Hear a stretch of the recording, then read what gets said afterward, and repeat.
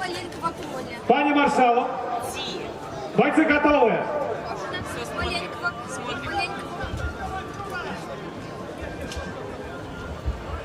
Бойці бастарди, м'ячі бастарди – це м'ячі, які можна тримати не одною рукою, а допомагати битися двома руками. У бойцов нема щитов, і тому тут доволі специфічною технікою мусять володіти бойці. Вони повинні не тільки вміти добре наносити удари, але відчувати дистанцію, вельми добре рухатися, як позбігати ударів. Гэта цікавая і незвичайна техніка.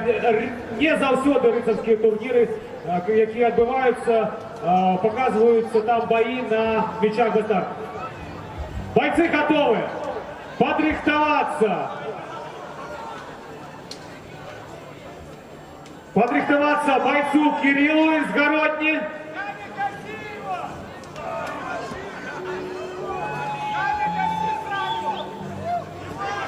Шановне господарство, по двомачу правилам у нас буде 1 хвилина бою. Наші маршали судді сучасної мови будуть лічити кількість ударів, які бойці нанесли один одному. Хто нанес більшу кількість ударів, то відповідно виграє в цій схопці. Кирилл и Збышек подрихтоваться. Битва!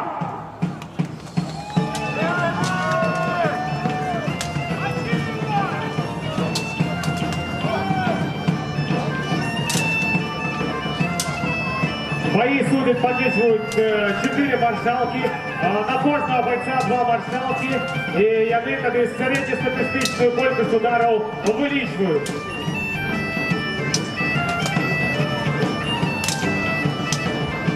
Зігфрид спробує пресингувати, і його отримується так, і він наносить тут більш акцентовані удари.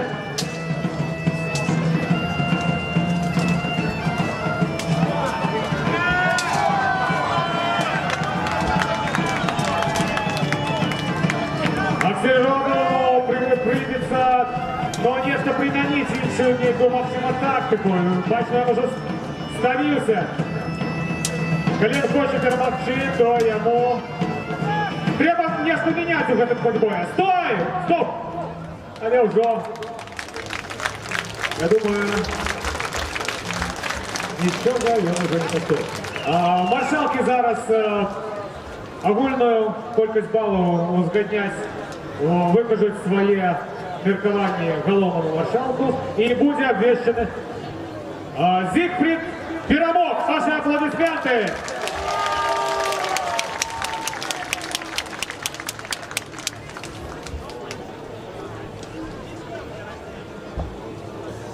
Кирилл і Збышек, коли ласка, у шранки, на ресталище.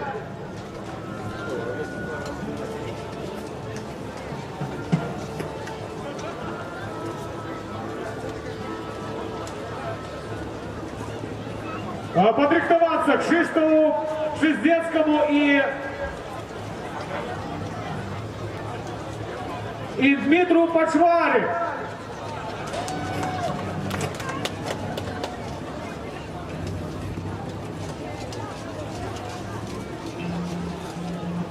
Кирилл, дружина Патрика, клуб Городня. А это боец Белого Тура. Збышек. Бойцы готовы, маршалки готовы. Битва!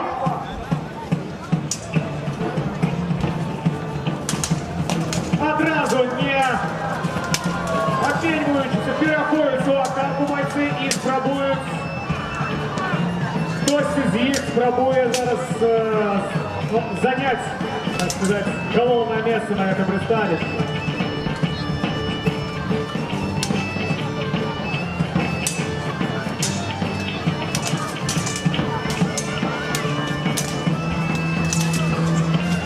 Городенец ось витримав натиск бойця з Білого Тура і переходить у активну атаку. Притиснув суперника з Мінська до края шранков і протягиває пресингувати.